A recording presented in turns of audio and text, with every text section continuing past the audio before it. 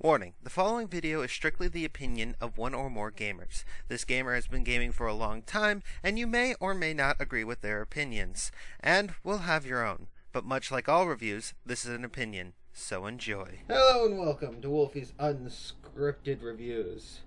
This week, we are reviewing Assassin's Creed 4, because I just did 3. And if you would like to see that review, there's going to be a black outline around it, and you can click it and it will take you to the video. It probably won't follow it though, so the fact that I'm moving it will not work. Alright, clicked it. If you didn't, oh well. So, 4. Assassin's Creed 4. You know what? This is my favorite Assassin's Creed ever. Plain and simple.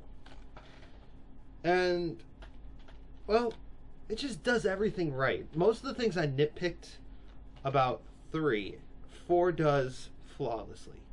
In fact, instead of just saying there's the sub-quest here, which I would be okay with, they were like, there's the sub-quest here, and look at what you get. I just did the Awada focus. Look at what you get when you complete this quest. And then they tied it into the story so that each sub-quest is introduced, and you're just like, oh, okay. On top of that, there's a ton of collectibles that have immediate value, such as shanties, which allow you to have better music on your ship instead of one song. I think you start with like 3 maybe. I don't know. I collected shanties immediately, and they include some pretty famous songs that you may actually know, surprisingly.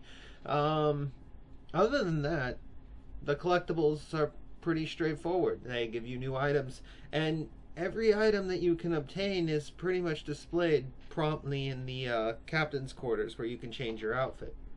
Another thing that Kenway does right is outfits. There isn't that stupid just color palette swapping thing. There are legitimate complete changes in the outfit, including 3 special outfits that give you in-game abilities, such as one has extra defense, one's bulletproof, which is amazing, and one is completely stealthy. So, really cool stuff. The story and plot to this game, in both sides, the in and out of the Animus, are actually tied really closely together. In past games, you had Desmond to kind of just tie everything together. Assassin's Creed 4, you don't even play as Desmond, and I'm not spoiling why, but you do play as an Abstergo employee who gets contacted by the assassins to do some stuff for them.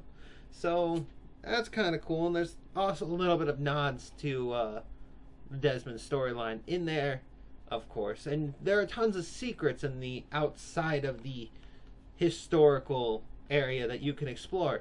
In fact, these are the points that made me disappointed that the Wii U version didn't use the gamepad, because your character walks around with a tablet. Ubisoft, you made the game for this console. You walk around with a tablet. You could have made the tablet this thing. Not joking. I would have been so happy with that. Much happier than having to press buttons, by the way. So, now that that whole thing's kind of wrapped up, the story of Edward Kenway, which I think you've probably already made the connection if you weren't super hyped about this game and didn't buy it day one, that Edward Kenway, Hermit Kenway, and Connor Kenway are all related. In fact, it's a direct bloodline.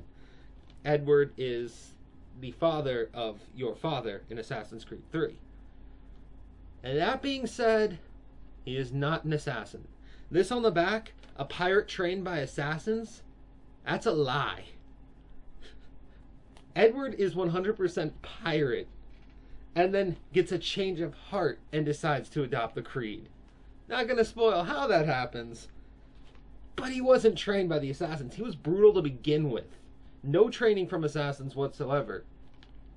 It's really kind of cool how he's just really awesome.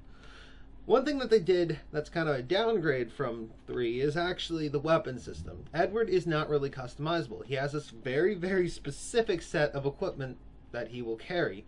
Dual swords, which are cool and make combat faster. He carries up to 4 pistols with maximum upgrades, a blow dart tube, and I think that's about it. Rope darts. He does use rope darts, which were like my favorite weapon from the last game. So, and his hidden blades. So he carries around that arsenal. That arsenal can be upgraded, but it cannot be changed. You can't carry an axe. You will never carry a rifle. You can pick up a rifle when playing, or pick up an axe and activate special combo moves. But again, this isn't something that they've wedged in there. Combat has been fixed since 3, combat and parkour. The combat in the game is actually really, really fluid.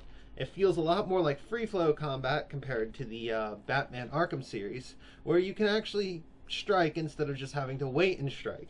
Enemies will then come at you more quickly and you'll have to counter them, and it feels better than 3. Parkour in this game is another aspect that they've fixed. Edward doesn't tend to jump towards random objects, hit walls, or even just walk into things. He does a really good job of actually being a parkour type person. Also, they fixed gun mechanics in this game so that you can aim, and there is a headshot mechanic in there where if you shoot someone in the head, they die. It's a great thing that they've added all of these details into Assassin's Creed 4. Now, let's kind of talk about some of the unique features. For one, you're actually doing this whole thing on you have your own ship. Now, people called this the adult version of Wind Waker when it came to the sailing. I thought it was its own entity, really. I mean, sailing on your ship for me was enjoyable, but I did enjoy Wind Waker. But so sailing on your ship is enjoyable, and your ship upgrades actually really matter. The more upgrades you put into your ship, the better your ship gets, and the bigger ships it can take out. That being said, I also like how they placed enemies on this map. They placed all of the harder enemies further south and all of the easier enemies further north. Where you spend a lot of the time in the north in the beginning, you will be spending a whole crap ton of time in the south. There's also forts to take out and legendary ships, which keep gameplay pretty varied, and doing all of it actually has some pretty decent rewards. Especially the forts. It's great to take out the forts. Another thing that they seem to try to do is this crossplay between the Kenway fleet, and it's weird because it's the best way to make money, but it feels like a Facebook game where okay, ship, do this, and now wait 24 hours. Okay, Ubisoft, whatever floats your boat. It's the only way that they can actually check to make sure that your console's online, because that's how they're doing DRM now, I guess. I'm not quite sure how that's working. Assassin's Creed Black Flag 4 is the number, is my favorite Assassin's Creed out there. I loved this one. I 100%ed this game, which is something I don't do with the Assassin's Creed series very often. And so, for that, I am giving Assassin's Creed a 9.5.